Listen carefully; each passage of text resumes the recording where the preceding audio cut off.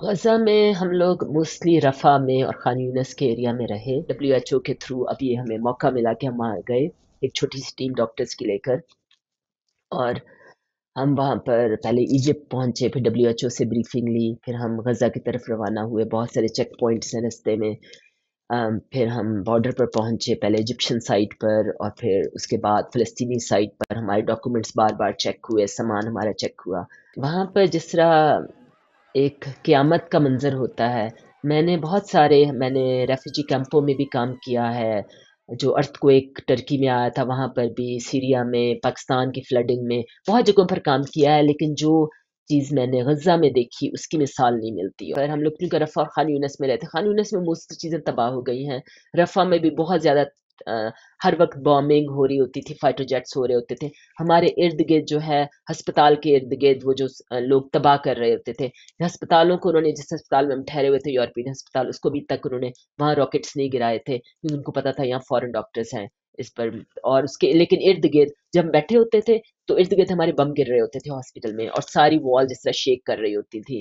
وہاں پر ہم نے بہت سارے بچے دیکھے جو بامبنگ سے یا ڈائریکٹ جو ہے نا گن شاٹ فوڈ سے زخمی تھے.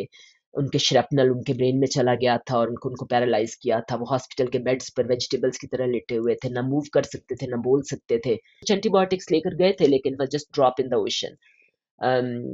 جو ڈاکٹرز ہم سے پہلے ہم وہاں گئے تھے میڈیسن سے پہلے، وہ صرف پیراسیٹامول دے رہے تھے، ٹالانول جو ہوتی ہے یہاں پر.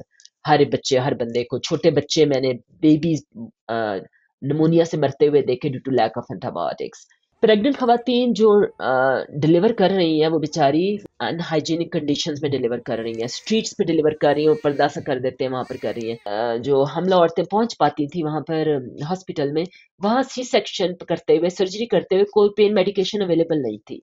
تو پین میڈیکیشن کے بغیر سی سیکشن ہم نے خود دیکھا ہے وہاں پر ہو رہا تھا. میں نے بچوں کو بھوک سے مرتے دیکھا، بچوں میں جو سیویئر میل نیوٹریشن ہوتی ہے، وائٹامن ڈی کی ڈیفیشنسی کی وجہ سے ایک ڈیزیز ہوتی ہے رکٹ، جس میں جو ٹانگیں جو ہوتی ہیں مڑ جاتی ہیں اور جو اسکل ہوتی ہے یہ بہت سافٹ ہو جاتی ہے.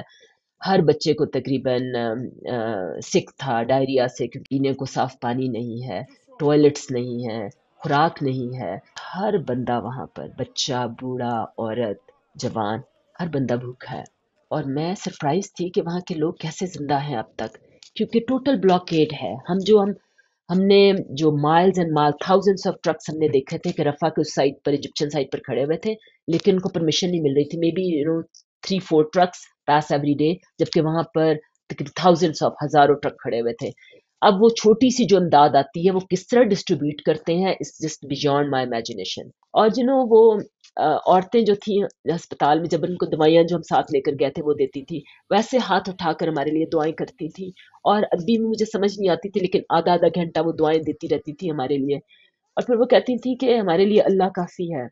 ہم لوگ وہاں پر تقریباً 8 دن رہے. ہمارا پلان تھا کچھ اور دن وہاں رہنے کا، لیکن ڈبلیو ایچ او جو فورن ڈاکٹرز کو اور فورن ورکرز کو وہاں سے نکال رہی تھی لاسٹ ویک، کیونکہ جو گراؤنڈ انویژن کا بہت زیادہ خطرہ تھا.